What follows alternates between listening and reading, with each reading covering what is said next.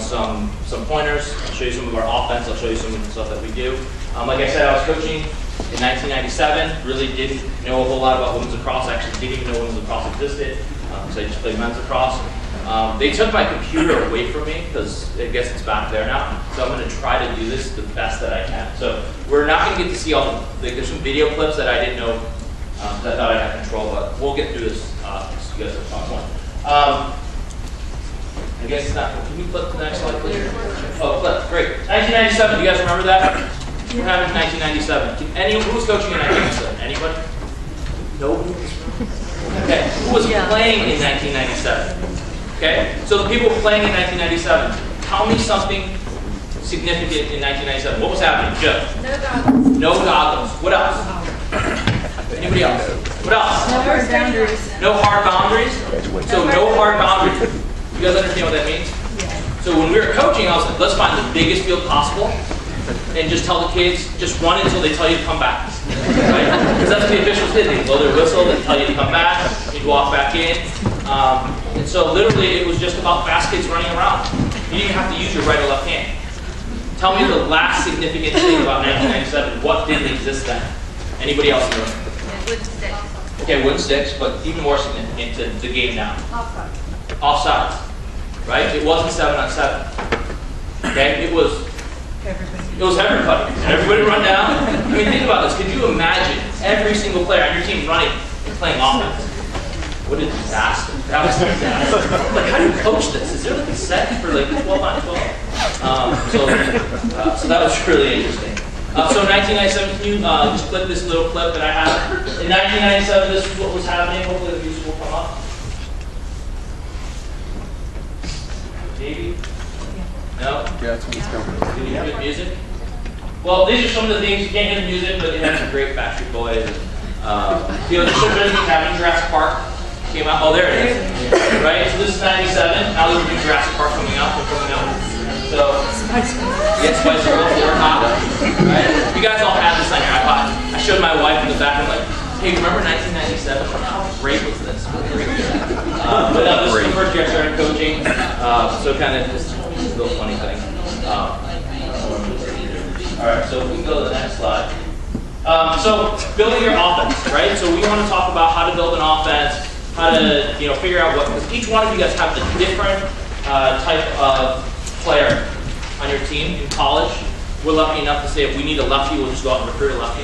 If we need a righty, we'll go and get that over here. So when you're building drills or doing things for your offense, one, you need to know your personnel. What do you got? That's going to be the first thing. Obviously, breaking. The other thing too, when you're coming up with drills, you need to break up your drills. You need to have your drills that simulate your offense. So one of the things that we do, if you ever have a chance to watch Winthrop play, we run a lot of our stuff through one-on-ones. So every single day at practice, we do one-on-ones. Our girls know they're going to do stick work, they're going to stretch, and then they're going to do one-on-ones. And what type of one-on-ones? We might do a box formation one-on-ones. We'll do a passing formation one-on-ones. We'll do ground ball one-on-ones. Every single day it rotates. But the girls know one-on-ones are coming. Right? They look forward to it because that's what they know has a success. Because I really believe in this game, it's all about you versus that person. If you can beat that person who's standing across from you, you have success. So obviously when you break your drills and you're designing drills for your season, know how you're going to run your offense. Before introducing new plays, work on the fundamentals of the drill. If it's a lot of kicking or a lot of cutting or you have a lot of motion, work on them. Because I think a lot of coaches, they'll just do drills to do drills. In this room, you guys are the best set of time killers, professional time killers. That's what you guys all are. You guys can, if you said, oh man, I got practice today, 2 hours. You guys can kill 2 hours, no problem. Right? Just like us. We can come up here, we can kill 50 minutes, no big deal. But have a distinct set of what you're going to do when you build your drills. Offense, a big thing for me is offense is all about tempo and control. Like, you can control your offense as a coach. We can control how many times we want the ball to swing around before we decide to go to goal. We can control whether or not we want to push it or not, whether or not my kids want to challenge or not, whether or not what we want to see as coaches. So we have that control. And one of the things, I wrote this quote down, you guys see it, you guys have it in your handout too. Victorious warriors win first, and then go to war. While defeated warriors go to war first, and seek to win. One of the things we believe in our team is competition. Competition every single day. We compete against each other. If we compete each other, bring the best thing we can do every single day, we're gonna be successful. So offense, points of emphasis. For us, we have certain things that we like to just have general ground rules. Make sure spacing is about 15 yards out. So they're, a couple yards away from the 12. Have a set language. How many of you guys have a set language with your team and actually write it and give it to your team? 1, 2. That's a great thing to start. Beginning of the year, be like, here's the language we're going to use this year. Know it. So if I say something, if I say the word full, the kids know on offense that everyone's going to touch it. If they hear the word touch, they're going to know that kid has to drive right away. Just drive on the touch. If they hear one more, they know that we need to make one more pass. Skip it. They know they need to skip field or switch field. But if you don't have that language and you tell these kids what you're trying to say, then it's just foreign language. Then they're looking at you like you're crazy. What's coach saying? They already look at you like you're crazy enough anyway. So obviously have that language. Have a variety of options for your attack. Build in your attack or your offense that you can do lots of different variations to it. That's going to be really important. And obviously, if you're, let your players be creative. Sometimes your kids, if you're like, hey, what have you seen? Some of your kids play on club teams. Hey, what's your club? Be open to it. I think that's the biggest thing. Someone once told me that the greatest coaches don't invent things. They just steal from other coaches. They're better thieves than anything else. So I've been stealing a lot. No, I'm kidding. But let them be creative. They'll be able to help you do it. And then have an idea for every situation. You should know every situation as a coach. Trust me, I've coached for 18 seasons, and I've had a lot of heartbreak. Lots of games where you get back in the car and you're like, what did I do? Right? I coached at the World Cup level. I coached the Iroquois national women's team. I'm the senior head coach. We were playing Wales to be in the top 8 bracket, which is where the U.S. and Canada and Australia play. We got up 2 goals, 10 minutes left. You're up by 2 goals, 10 minutes left in the women's lacrosse game. You should win that game, especially with the caliber players that we have. But when you get excited and emotions take over, you're like, oh, we're up by 2. What do you decide? Oh, I'm going to push it more. I want 3. I want 4. I want 5. Then what happens? They get 1. They get the next. And then it just changes. Then you're in trouble. So you need to have a plan. You plan for the situation. What's your plan? What's your plan for the last 10 minutes of the game? What's your plan if your best player is getting face guard? What's your plan if they're running the zone? Right? So you gotta have a plan. And I think have an idea for that situation and what you're going to do. Great thing about that is write it down. Write your plan down. Share it with your assistant coaches. My assistants, I'm lucky enough to have a full staff where they know that in the last 7 minutes of the game, and it happened to us again, so it happened to us again at Davidson this year, we were up 5-0 at halftime. 5-0. Shut them down. They didn't get anything on us. We ended up losing the game double overtime. All right, that's a heartbreak. That's a heartbreaker. And a lot of it is coaching. 7 minutes left, kid throws a cross crease pass, fast break, didn't need the goal. We just need the ball. Right? Next thing what happens? Go down, they score, win the draw, score, get a bad call by the official, which we all get, and next thing you know, we lose. Right? That's a tough game for our kids to swallow, but it's even tougher as a coach because I was in control. Ultimately, at the end of the day, you guys are driving the ship. Your kids are just, they're kids. They're looking to you to say, Coach, what do we do? Right? What do we do? What do we do now? What's next? So, when you're building your offense, kind of going to the next slide. When you're building your offense, obviously there's lots of different ways that you need to kind of, areas that you need to kind of work on. And this is what we work on in practice a lot. So we talk about the odd man and the fast break, and we'll give you guys, we'll draw some stuff up because I like to draw, plays up and drills up. But from the odd man standpoint, the fast break, you got to work on it. It's going to happen. It happens everywhere, right? Working on 3-on-2s, 4v3s, 5v4s, like 65s. Working on the situations because your kids will get into those situations. Maybe it's a situation where they're on a 6-on-4 and you don't want them to score. You need to hold the ball. But you've worked on that situation, so you've had that. And then you can build up to 77 with an adding person. Slow break. You guys know the word. Have you guys ever heard slow break? Who hasn't heard slow break? It's okay. I didn't know what it was. So slow break is a basketball term, right? So there's fast break, and then to hit the trailing player or the backside cutter, or they call it a secondary break. Basketball, you can say slow break or secondary break. So we work on our secondary break. What's going to happen next?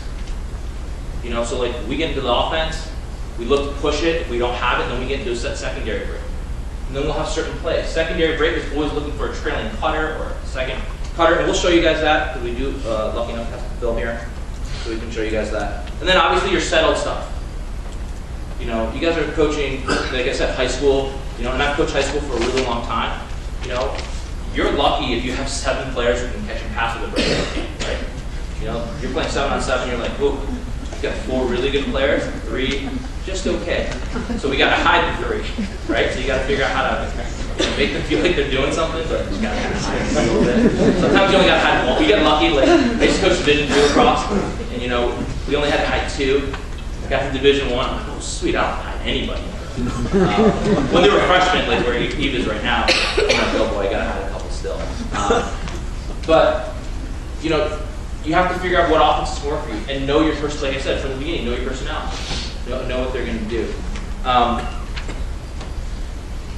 So when we talk about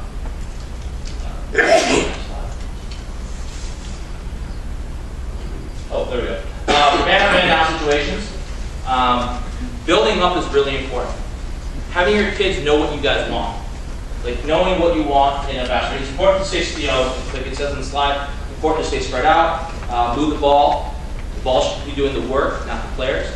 A lot of you guys, when they're probably running fast break drills, your kids are like cutting through and they're doing all this crazy stuff. You're like, what's going on? We're man up.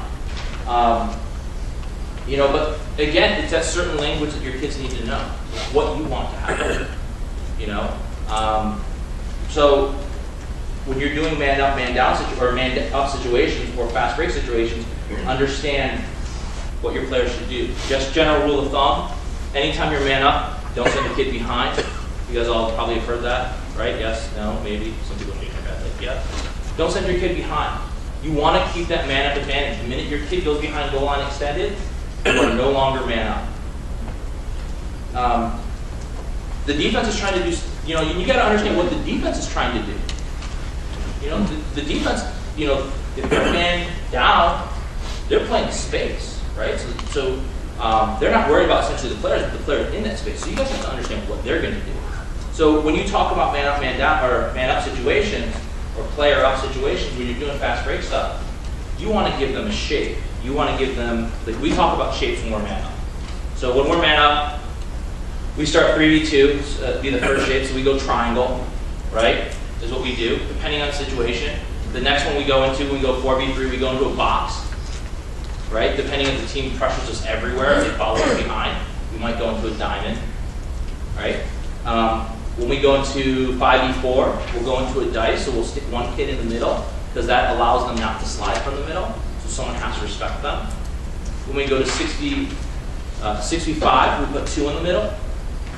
So you still have the dice with 2 in the middle. Now 2 of the defenders have to guard them. Then we go into 7v6. We're going to keep one person up at the top, and then we'll make the box. Let me see. Is there dry erase markers here? There was a whiteboard here once, my friend.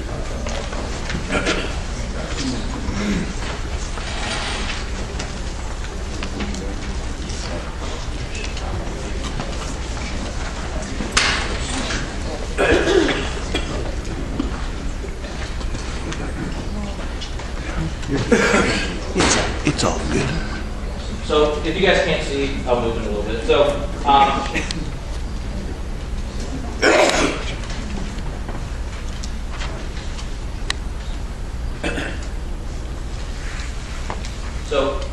whenever we do man up, man down situation, we always split the field. Okay, so that's going to be something that's important too. So no matter what, we're always splitting the field.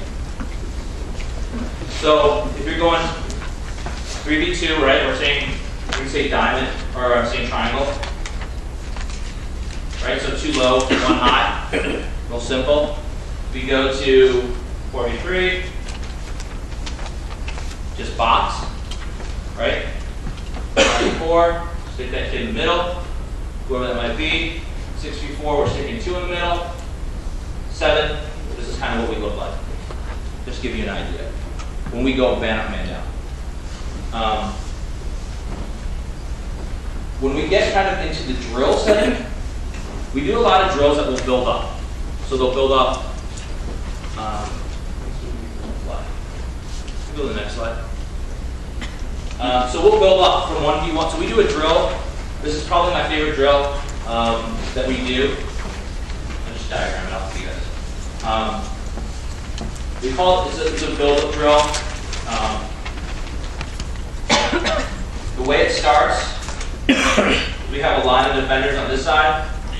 It's the restraining line. We have a line of attackers, so 7 attackers, and they all have balls. So every kid has a ball in their stick, right? So the first person goes, there's 1 defender that steps out, so this attacker comes down, so it's going to be a 1v1. Shot, miss ball, takeaway. The next person comes in immediately, so now it's a 2v1. The next person, again, shot, so goalie say whatever. The next drill becomes 3v2. So the next kid comes in. And now this is a coaching point. So every coach will coach this differently. I was just with the Army, one of the Army assistants who played for Team USA. They will have their defender who's coming in take the ball. Like the second one come in and take the ball. We do it sometimes where our kids will take the ball, but we'll tell them they can't mark ball.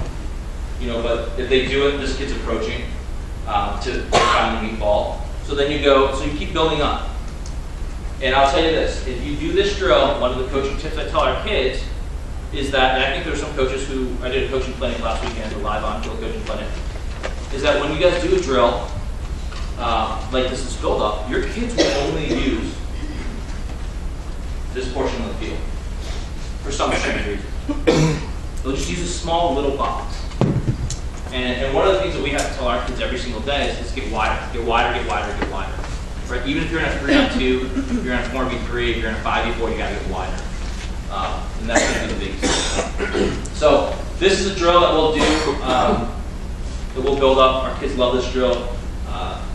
Understand that once you get to, 5v6, 6v, 65, 76, now you get your whole team involved. So it's really rapid.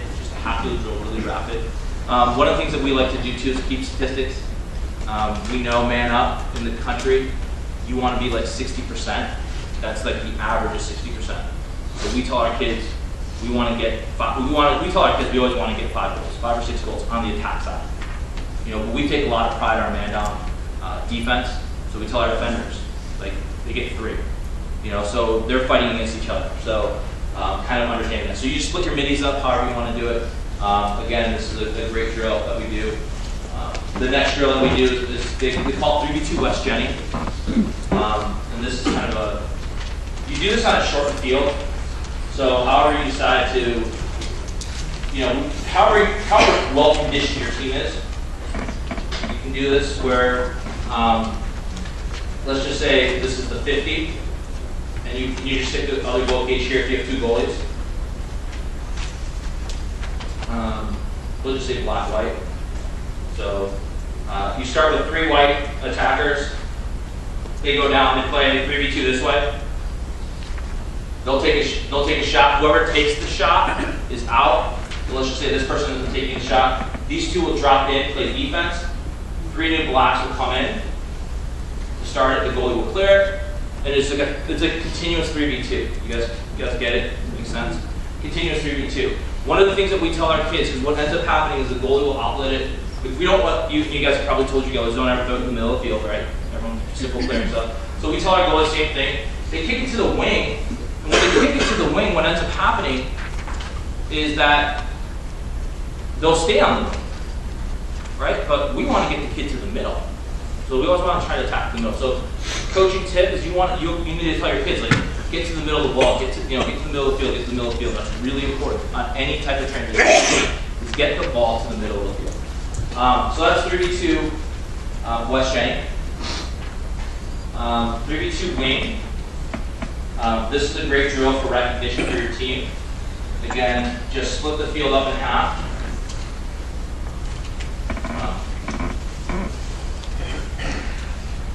So all you're going to do is you're going to have, let's just say we split the field in half. We have 2 defenders, 2 attackers, and then a ball carrier coming in on this side. This person has the ball. When they come in on this side, it's 32 wing, so it's a half drill, so we're just using the wing of the wing side. However these attackers go, and they need to communicate with each other. If one goes right, one goes left. We don't want them both cutting the same way, because they both cut the same way. Kills the drill. So if this person pops out, this person comes in. It's getting recognition. The defense has to make a decision, right? They're going to probably slide the ball, and then we need to see how they react to it. But it gives them a good recognition drill. You can go one side, look to the other. You can kind of rip through it pretty quick. And then 4v3 box. This is like our favorite. This is probably my favorite drill. We do it a couple different ways in the 4v3 box. We could do it where we build defenders up every single time we touch it. So if we have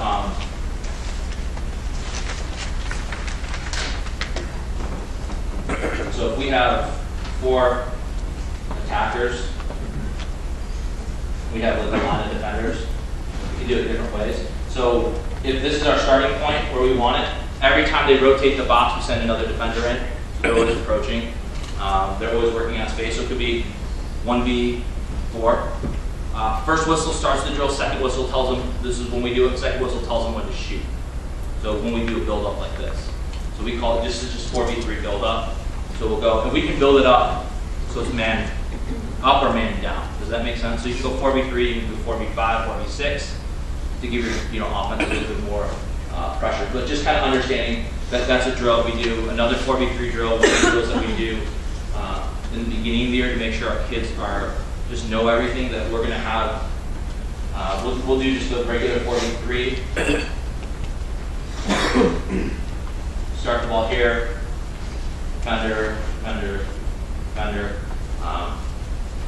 Where we call it 4v3 SIA. This is like, if you do tryouts, this is like the best tryout drill ever.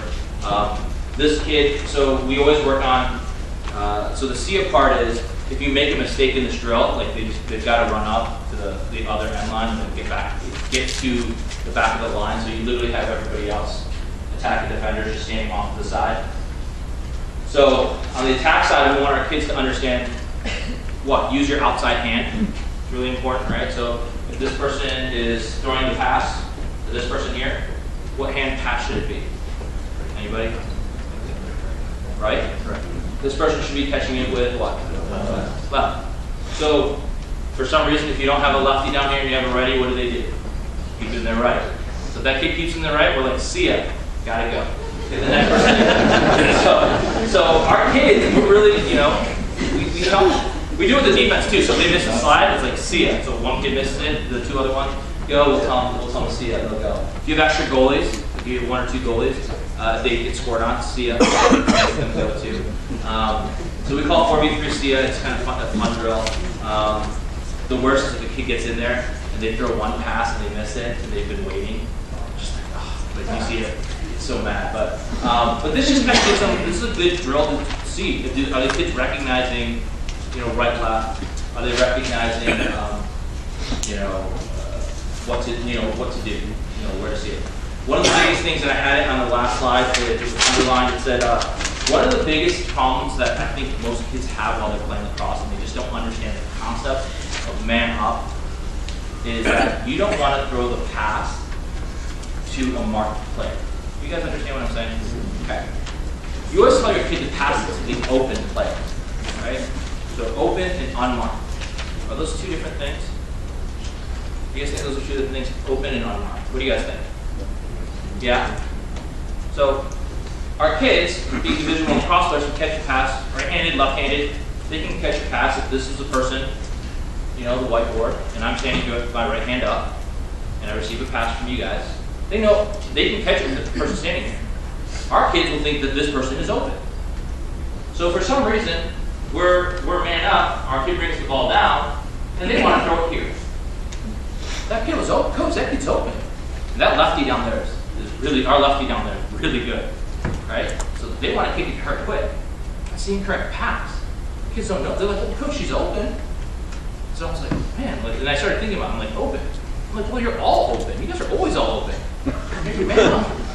So, so our kids, I'm like, throw it to the, and so literally we had to come to the language of throw it to the unmarked player. So the unmarked player is this person. Why do we want to throw it to her? Nobody's on her. What is this? What happens at that point? Defense has to shift, right? If I throw it here, does defense do anything? What do? They stand there, like, thank you. Right? They don't see a drill, like, thank you, I don't have to run. That's the first thing to say. That kid's like, oh crap, I gotta go. Right? But you gotta know, the language of your kids, because the way your kids think is not the way that you think. Right? And finally I said, you gotta throw it to the unmarked player. And trust me, when you build up from 3v2 to 4v3 to 5v4, when you get to 5v4, they will have the hardest time finding the unmarked player. And you don't know why. Why can't they see him? And I'll tell you why. Because what ends up happening is this player who's unmarked decides to cut. Now what is she? Now she's marked. The kid's marked. I'm like, okay, now we have no unmarked players. Do you guys understand that? We went man up to now even in a matter of like 5 steps. Why did you cut? This is the best. I mean, how many of you guys are? You're like, Jenny, why'd you cut? Coach, I don't know. I've heard that. Why did you do that? They really, you know why they cut? Because at one point, you told them that it was a great idea on offense not to stand there. Right? You said, keep moving. So they're like, crap, keep moving, where am I going to go? I'm going to the middle. Next thing you know, they're guarded. You're like, what happened? Right? Like, what happened? So you want to make sure that your kids understand the language that you're trying to tell them. It's so important. Or you guys will be, it'll be tough. So these are just some of the drills that we'll do. So in our practice planning, after we do one-on-ones, we will do some type of odd man situation. Depending on the day, we break our team practice into offensive days and defensive days. So if we're offensive heavy or we're going to go offense strong, we'll do a man-up drill based more on the offense.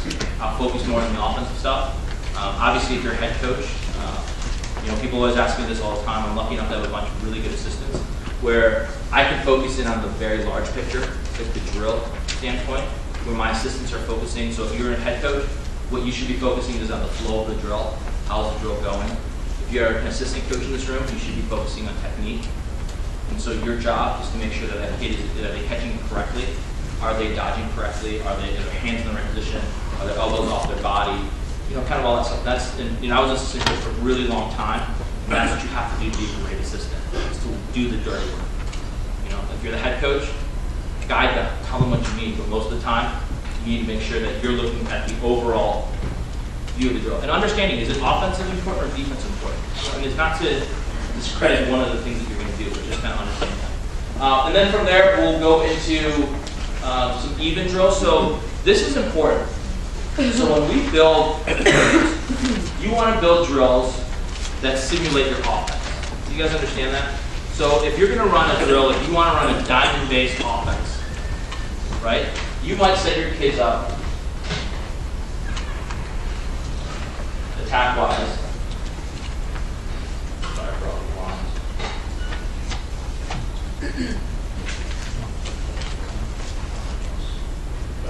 You might set them up in a diamond, right? And you'll run. I like this drill, so if anyone saw this drill, it's called boxer's bling. So the bling is the diamond here. You can start the defenders in a box, in a shape. And then it's a dead ball, everyone's frozen. So literally once you blow the whistle, defense has to communicate, like if we start the ball here. So coach is gonna throw the ball in, right? So coach is the ball, they throw it in here, they have to react, so defense has to react. So as the defense is sliding, if you make one pass as an efficient offense, you should find the 2v1 somewhere. You guys understand that? So this person makes a pass in here, this person slides this way, if this person misses the slide, that person's going to be instantly go to goal, score, hopefully. Hopefully you've got a great lefty down there. If not, if you throw behind, same thing. They've got to adjust, so the defense has to adjust. So you want this drill, and understand the reality of the drill. This isn't a 30-second, 1-minute drill. This is 15 seconds. You guys understand that? And you as a coach or a head coach has to know that. This is a drill that I want this drill to be a 2-minute drill or a 3-minute drill per rep, or is it a 30-second, or is it a 50-second, or 15 seconds, or a 10-second drill? Because then your expectation, if you're like, I want this to be a 30-second drill, well, then you need to coach them to make it a 30-second drill. Do you guys understand that? Then you need to coach them and say, I want to see 2 or 3 passes in this. But then you probably wouldn't run this drill. You're going to say, hey, we're going to do this 4 times, and then you're going to switch out, and then we'll go from there. So you're kind of understanding that. Going back into a box, like we do a lot of box stuff. We'll do 1v1 box, 1v1 diamond, where they will start on top, where the defense will start on ball, and they'll be marking each player. So the defense is essentially marking each player. They're going to work together to set screens, picks. You know, we do a lot of switching with off ball. You know, so they might switch, set a pick, but that's a 4v4 drill. And we might do the 4v4 drill, so we know it's a 1-minute, 2-minute drill, where we can see something happen, but we're going to be exchanging on the outside. So kind of understanding what you want to do. Hammer drill, this is what we use, 3 in the middle. This is kind of a fun drill. What you'll do is you'll have 3 attack in the middle, 3 defenders in the middle, right? And you can have, you know, coaches or extra players. You can just have them as posts or passers, essentially. You can set 3 up on each side, and the middle is working together, right? You combine those 2, got a play, diamonds, 3 kids in the middle. Hopefully those 3, you can hide the 3 kids in the middle. They might never get to pass. But you can be working on screens, picks, understanding that. So they're getting 6 passes. They're going to get a pass from every point. Right? So there's 3 on this side, 3 on that side. So we'll work on that way to understand, you know, that's what we call hammer. 3 in the middle. Cone drill. This is maybe a little bit longer, or not longer, but a little bit smaller, where you have an attack and defense. You have a cone set up in the middle, and every time the attacker, and this is to work on, you know, getting your kid used to feeding it right off a cut. So this attacker has to touch the cone, but can go to any 6 points, has to get all 6 points. This is a super tiring drill for your kid, whoever's in the middle. By the time they're at 6, you'll think they're walking. It's tough because they've got to get open. And the worst thing about this drill is this attacker goes to the cone and makes a cut this way. That post player is just like sitting there like not ready to throw the ball. That kid worked really hard to get the ball, but the post isn't paying attention. Right? How many times in the game does that happen? You're like, wow, that kid was wide open. Why did you pass it to her? Just weren't paying attention. Right? So trust me, all 6 kids have to be engaged the whole time of the drill. The only time they're not engaged is when they've already made the pass. Does that make sense? I'm going to give you an idea. So this is going to be our cone drill. And then, you know, diamond triangles. I mean, we work in a lot of shapes, so that's probably why you see a lot of that. So just giving you guys some drills, and we have a ton of drills that we kind of go through. So kind of next, when you're going through your offensive system. So when you're going through your offensive system, you need to figure out what you're going to do for the year, right? You want to figure out what you're going to do. You need to make sure that you know what type of offense you're going to have. Are you going to have a motion-based offense, or are you going to have a set play offense?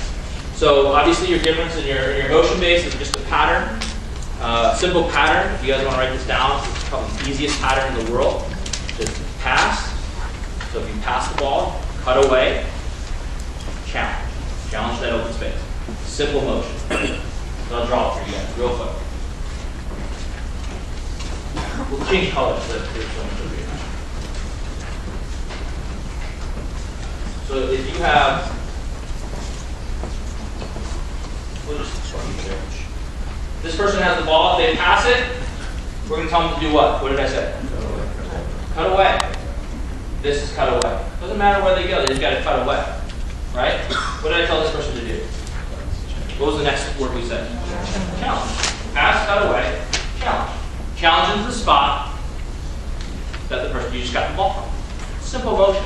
Pass, cut away, challenge. Right? That's it. Pass, cut away, challenge. So your kids can understand this is simple motion offense. Where you pass it. So there could be, you know, you can do a lot of it. You can pass. You know, we've done it too, where we pass, screen, cut. So we like pass. This person sets the screen. This person cuts through, and now we challenge. So depending on how you want to do it, you can add those kind of terms to your team just to make sure. So on your simple offense, and then obviously your settled or stationary offense. You can hide more. Like this is an offense that really can't hide anyone because everyone's going to eventually touch the ball. Does that make sense? So everyone's going to kind of touch the ball to do it. And then your last thing is going to be your stationary offense, which is going to be, you know, like your set plays. We run a lot of sets. Obviously, college we have a whole lot more time to go through it. The next slide, I think we're kind of running out of time. So this is the next slide, our offensive system. Has anyone seen the website Athleon? Athleon, you can write that down. This is a great communication piece for the high school coach. What's that? Sorry. Okay, so this is a great set piece. The kids can get it on their iPhone. It's an app. It's Athleon. It's Athleon. So this is a fantastic program. They have different programs, like obviously for what you need, but this is something that we run. This is a very generic version of what we run. We have another one called PlayScriptor, where they have it on their phones and iPhones. But they can go through and can you go to the play that says, whoops, oh yeah, pull up the internet.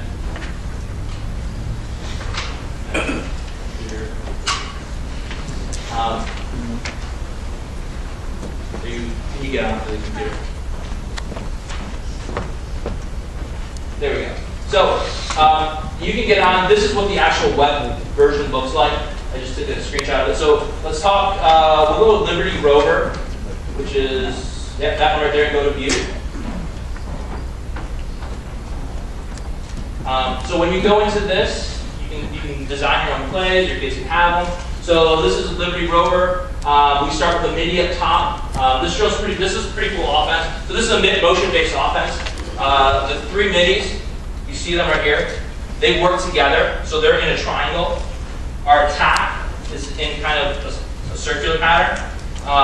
So if you hit play on it, it'll actually run through bottom. Yeah, keep going. No, keep going right. Lower. Listen to the arrow. Oh, keep going down. Keep going down. There we go. So this MIDI is going to challenge. They don't have it. They're going to test the attack. They're going to rotate through the attack and challenge. Pass it back up, and it's just a simple motion. Did you guys see that? It's a simple motion. We run this a lot. For some reason, if you can't get the, you want to hit play again? Can you hit play again? We'll play again. If you can't get this pass down because the team's marked it, they've seen you, you can just reverse it to the next, to the MIDI on the opposite side. So this is fantastic. This is a great offense. So we run in shapes. So triangle on top. Can you go back to another screen? Or no, go back to another play. I'm sorry. The last play we'll show you is 24. We run this. So there's a bunch of plays. 24. If you're going to play a team that runs, who plays a team like in high school that you've ever seen run a zone or a backer against you? Anybody face that? And it's really hard to deal with. Go to 24. This is a backer breaking offense or a zone breaker. It's going to be, yep, it's the third play right there, yep. So when you go to this, so the setup is really important, right? It doesn't matter where you set the players up, but obviously you have your stronger players on the outside, your weaker players on the inside. You can play. Here we go. So this play will work on a series of skip passes. One had the ball. Let's just go to the beginning. Do you stop right there? Okay, pause. So one had the ball, passed it to two. 6 came out. split out to the side. They're working together. So 6 and 7 work together. So wherever 6 goes, 7 has to go. 2 wants to make a skip past the 7. If they can't, they can hit the transfer past the 6 and then get it to 7. 7 eventually wants the ball. Hit play again. Now 7's going to come and challenge the crease. X5 and X3 will cut. Do you guys see that? What will happen most of the time, and you guys have played the zone or backer, you always tell your kids to do what? Look for the, does anyone finish the phrase? Look for the, you're playing a zone or backer. Anybody? What'd you say? Unmarked. What else? Anybody? Look for the double. So if you play a zone, and this is something you can write down because we have you look for the second cut. You guys understand? So if you play a zone or you play against a backer, you look for the second cutter. If you play Jackson, they'll run this just for all the time. Because they're going to run high pressure zone, but you need 7 kids to get past. So this is super simple. So you're always looking for the backside cutter. Okay, or you're looking, so when can you play it one more time from the beginning? So if you stop right here, X5 and X3 will cut together, so they're working as a pair. So if X5 cuts, X3 cuts. If X4 cuts, X2 cuts. Does that make sense? You guys can get fancy, like we run different things where X7 could pass it to X, but usually we do same side.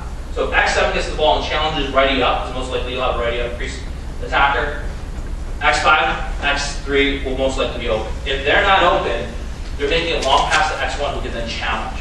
Because it's now free to the zone. Does that make sense? So that's really important. And then we'll go to the next. Can we go back to the PowerPoint? We'll kind of finish up. So there's a ton of offense. If you guys ever need offensive stuff or anything, just shoot me an email. Like, I'll be more than happy to. Or there's coaches who literally call me every single day. I'm from Michigan. There's a coach up there who's done very, very well, and he calls me every day. Sometimes it's just to hear him just talk himself, like through what he's trying to do. And I'm like, yep, that sounds good. And I know the calls coming at lunchtime every single day. So I'm like, I'll pick it up and I'll be like, Ralph, what's going on? And he's a great coach. So this is another thing that we do, game day stuff.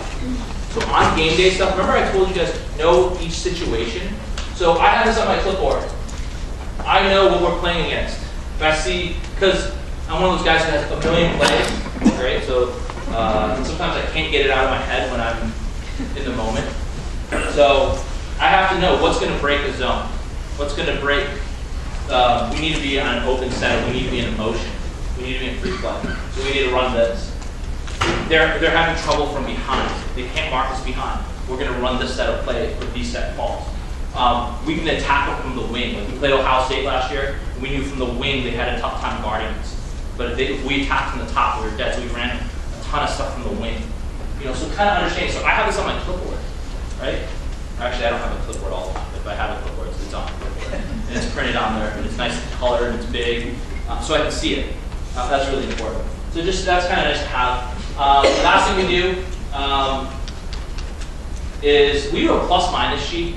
So if you're lucky and you have a lot of kids, or a lot of coaches, or people, parents who help, we sub, and we'll do this a lot, where we sub by time. Because we have a lot of kids, we can run maybe lines and different things. So we can see, so there's all the players, there's the time. We broke them into 6-minute increments. Do you guys see that, how we broke them down? But we can say the plus minus. So if you're a hockey coach or an understand plus minus, in that 6 minutes, what was the score? We're, if we win 2-0, then we're +2. And then we go through and we mark this down. So we know, maybe we get the best lineup that we can at the end of the game. We know who the plus minus is, right? So we know 6 minutes left for the final 6 minutes. We know exactly kind of what we want. Other things for head coaches, like especially the youth level, this is great to have so you know who's playing. Because the worst feeling when you get done coaching a youth team or even a middle school team is someone didn't play, right? And then you're like, crap. Like, that's the worst feeling, right? So at least you can kind of manage it too. You can be like, oh, okay, Sarah's in, check. You just check the kids who are in there or the plus minus, however you want to do it. So this is just a sheet that we use. We have fancier sheets that we've evolved in this too. So that's kind of it. I know it's fast and I know I kind of just ripped through it. Good luck in your upcoming season. I guess you guys have questions, and I'll be able to answer. Yeah. Just out of curiosity, does that Altheon website, do you know if we're able to get on there and like see plays that are already on there? You can't see ours because it's locked, but we can share them kind of. kind of but typically you can't see them. So, but your kids can see them. You can do a lot of stuff on that website. I don't know if anyone uses it, but you can do roster management, communication, send mass text messages, send mass emails, employ parents, like all that great stuff. Calendar, master calendar, practice. Yeah. I want that one. Anybody else? Questions? Please. All right. So do You I. guys, good luck with your seasons. And